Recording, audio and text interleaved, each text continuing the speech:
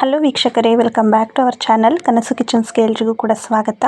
ನಾನಿವತ್ತು ತೊಂಬಿಟ್ಟಿನ ಆರತಿಯನ್ನು ಹೇಗೆ ಮಾಡೋದು ಅಂತ ತೋರಿಸ್ಕೊಡ್ತಾ ಇದ್ದೀನಿ. ಉರುಗಡ್ಲೆಯನ್ನು ಉಪಯೋಗಿಸ್ಕೊಂಡು ಮಾಡುವಂಥ ತೊಂಬಿಟ್ಟಿನ ಆರತಿ ಮಾರಿ ಹಬ್ಬಗಳಲ್ಲಿ ಮಾಡ್ತಾರೆ. ಹಾಗೆ ಶಿವನಿಗೆ ಕೂಡ ನೈವೇದ್ಯಕ್ಕೆ ತೊಂಬಿಟ್ಟನ್ನು ಆರತಿ ಮಾಡ್ತಾರೆ. ಹೇಗೆ ಮಾಡೋದು ಅಂತ ನೋಡೋಣ ಬನ್ನಿ. ಮೊದಲಿಗೆ ಇಲ್ಲಿ ಬೆಲ್ಲವನ್ನು ಕರಗಿಸ್ಕೋಬೇಕಾಗುತ್ತೆ. ನಾನಿಲ್ಲಿ 2 ಬೌಲಷ್ಟು ಬೆಲ್ಲವನ್ನು ತೊಗೊಂಡಿದ್ದೀನಿ. ಬಿಳಿ ಬೆಲ್ಲ ತೊಗೊಂಡಿದ್ದೀನಿ. ಕಪ್ಪು ಬೆಲ್ಲ ಯೂಸ್ ಮಾಡೋರು ಕೂಡ ಮಾಡ್ಬೋದು. ನಂತರ ಸ್ವಲ್ಪ ಅದು ಮುಳುಗುವಷ್ಟು ಬೆಲ್ಲ ಮುಳುಗುವಷ್ಟು ನೀರನ್ನು ಹಾಕ್ಕೊಂಡು ಜಸ್ಟ್ ಬೆಲ್ಲವನ್ನು ಕರಗಿಸ್ಕೊಂಡ್ರೆ ಸಾಕು. ಪಾಕ ಬರೋ ಅವಶ್ಯಕತೆ ಇರೋದಿಲ್ಲ. ಒಂದೆಡೆ ಪಾಕ ಕೂಡ ಬೇಕಾಗೋದಿಲ್ಲ. ಬೆಲ್ಲ ಕರಗಿದ್ರೆ ಸಾಕಾಗುತ್ತೆ. ನೋಡಿ, ಸ್ವಲ್ಪ ಬೆಲ್ಲವನ್ನು ಕರಗೋವರೆಗೂ ಐ ಫ್ಲೇಮ್ನಲ್ಲೇ ಇಟ್ಟು ಬೆಲ್ಲವನ್ನು ಕರಗಿಸ್ಕೊಳ್ಳೋಣ. ನೆಕ್ಸ್ಟ್ ಈಗ ನಾನೀಗ ಇಲ್ಲಿ 1 ಬೌಲಷ್ಟು ಕಡಲೆಯನ್ನು ತೊಗೊಂಡಿದ್ದೀನಿ. ಉರಿಗಡಲೆಯನ್ನು ತೊಗೊಂಡಿದ್ದೀನಿ. ಇದನ್ನು ಕ್ಲೀನಾಗಿ ಪೌಡ್ರ್ ಮಾಡ್ಕೋಬೇಕು. ಫುಲ್ ಸ್ಮೂತ್ ಆಗಬೇಕು, ಅಷ್ಟು ಪೌಡ್ರ್ ಆಗಬೇಕಾಗುತ್ತೆ. ನೋಡಿ, ಈ ರೀತಿಯಾಗಿ ಪೌಡ್ರ್ ಮಾಡಿಕೊಂಡು ನಾನಿಲ್ಲಿ ಒಂದು ಪ್ಲೇಟ್ಗೆ ಹಾಕ್ಕೊಂಡಿದ್ದೀನಿ. 2 ಬೌಲಷ್ಟು ನಾನಿಲ್ಲಿ ಉರಿಗಡ್ಲೆಯನ್ನು ತೊಗೊಂಡಿರೋದು. 2 ಬೌಲಷ್ಟು ಉರಿಗಡ್ಲೆಯನ್ನು ತೊಗೊಂಡು ಪೌಡ್ರ್ ಮಾಡಿ ಹಾಕ್ಕೊಂಡಿದ್ದೀನಿ. ಈ ಕಡೆ ನೋಡ್ತಾ ಇರ್ಬೋದು, ಬೆಲ್ಲ ಕ್ಲೀನಾಗಿ ಕರಗಿದೆ. ಆ್ಯಂಡ್ ಇದನ್ನು ಗ್ಯಾಸ್ ಸ್ಟವ್ನ ಆಫ್ ಮಾಡಿಕೊಂಡು ಒಂದು ಕಡೆ ತೆಗೆದಿಟ್ಕೊಳ್ಳೋಣ. ಈಗ ಕಡಲೆ ಬೀಜವನ್ನು ಕ್ಲೀನಾಗಿ ಹುರ್ಕೊಂಡು ಅದರ ಸಿಪ್ಪೆಯನ್ನು ಬಿಡಿಸಿ 2 ಭಾಗ ಮಾಡಿ ತೆಗೆದಿಟ್ಕೊಂಡಿದ್ದೀನಿ. ಈ ಕಡಲೆ ಬೀಜನೂ ಅಷ್ಟೇ, ಕಡಲೆಯನ್ನು ಏನು ರುಬ್ಬಿಟ್ಕೊಂಡಿದ್ದೆ ಅಲ್ವಾ, ಆ ಪೌಡರ್ ಜೊತೆ ಮಿಕ್ಸ್ ಮಾಡ್ಕೊತಾ ಇದ್ದೀನಿ.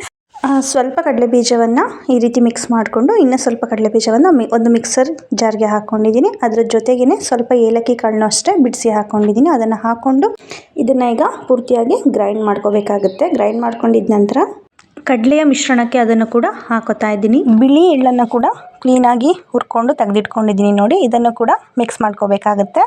ಕಪ್ಪೆಳ್ಳು ಕೂಡ ಯೂಸ್ ಮಾಡ್ಬೋದು. ನಂತರ ಕೊಬ್ಬರಿ ತುರಿ, ಒಣ ಕೊಬ್ಬರಿಯನ್ನು ಕ್ಲೀನಾಗಿ ಈ ರೀತಿ ಸಣ್ಣದಾಗಿ ತುರಿದಿಟ್ಕೊಂಡಿದ್ದೆ. ಆ ಕೊಬ್ಬರಿಯನ್ನು ಕೂಡ ಈ ಮಿಶ್ರಣಕ್ಕೆ ಹಾಕೋತಾ ಇದ್ದೀನಿ. ಹಾಕ್ಕೊಂಡು ಕ್ಲೀನಾಗಿ ಒಂದು ಸಲ ಡ್ರೈ ಮಿಕ್ಸ್ ಮಾಡಬೇಕಾಗತ್ತೆ. ಕ್ಲೀನಾಗಿ ಅವೆಲ್ಲ ಒಂದು ಕಡೆ ಎಲ್ಲ ಪೂರ್ತಿ ಮಿಕ್ಸ್ ಆಗಬೇಕು. ಕಡಲೆ ಬೀಜ, ಕಡಲೆ ಪೌಡರು ಮತ್ತು ಒಣ ಕೊಬ್ಬರಿ ಎಲ್ಲ ಕೂಡ ಚೆನ್ನಾಗಿ ಮಿಕ್ಸ್ ಆಗಬೇಕು. ಆ ರೀತಿ ಮಿಕ್ಸ್ ಮಾಡ್ಕೋತಾ ಇದ್ದೀನಿ. ಈ ರೀತಿ ಮಿಕ್ಸ್ ಮಾಡ್ಕೊಂಡಿದ್ದ ನಂತರ ನಾವೇನು ಬೆಲ್ಲವನ್ನು ಕರಗಿಸಿಟ್ಕೊಂಡಿದ್ದೆ ನೋಡಿ, ಅದನ್ನು ಫಸ್ಟು ಸೋಸ್ಕೋತಾ ಇದ್ದೀನಿ. ಕ್ಲೀನಾಗಿ ಸೋಸ್ಕೋಬೇಕು, ಯಾಕೆಂದರೆ ಬೆಲ್ಲದಲ್ಲಿ ತುಂಬ ಗಲೀಜಿರುತ್ತೆ. ಸೊ ಹಾಗಾಗಿ ಒಂದು ಸಲ ಸೋಸ್ಕೋತಾ ಇದ್ದೀನಿ. ಕ್ಲೀನಾಗಿ ಸೋಸ್ಕೊಂಡು ತೆಗೆದಿಟ್ಕೊಳ್ಳೋಣ ಬೆಲ್ಲವನ್ನು ಕೂಡ. ನೋಡಿ, ಜಸ್ಟ್ ಈ ರೀತಿ ಕರಗಿಸಿರೋಂತಹ ಬೆಲ್ಲ ಅಷ್ಟೇ. ಈಗ ಸ್ವಲ್ಪನೇ ಬೆಲ್ಲದ ಪಾಕವನ್ನು ಹಾಕ್ಕೊಂಡು ಕ್ಲೀನಾಗಿ ಇದನ್ನು ಮಿಕ್ಸ್ ಮಾಡಬೇಕು. ಫಸ್ಟ್ ಸ್ಪೂನಲ್ಲೇ ಮಿಕ್ಸ್ ಮಾಡ್ಕೊಳ್ಳಿ, ಯಾಕೆಂದರೆ ತುಂಬ ಬಿಸಿ ಇರುತ್ತೆ ಪಾಕ, ಹಾಗಾಗಿ ಕೈ ಸುಟ್ಟೋಗ್ಬಿಡುತ್ತೆ. ಹಾಗಾಗಿ ಸ್ಟಾರ್ಟಿಂಗ್ ಸ್ವಲ್ಪ ಒಂದು 2-3 ನಿಮಿಷ ಇದನ್ನು ಸ್ಪೂನಲ್ಲೇ ಸ್ವಲ್ಪ ಬೆಲ್ಲದ ಮಿಶ್ರಣವನ್ನು ಹಾಕ್ಕೊಂಡು ಮಿಕ್ಸ್ ಮಾಡಬೇಕಾಗುತ್ತೆ.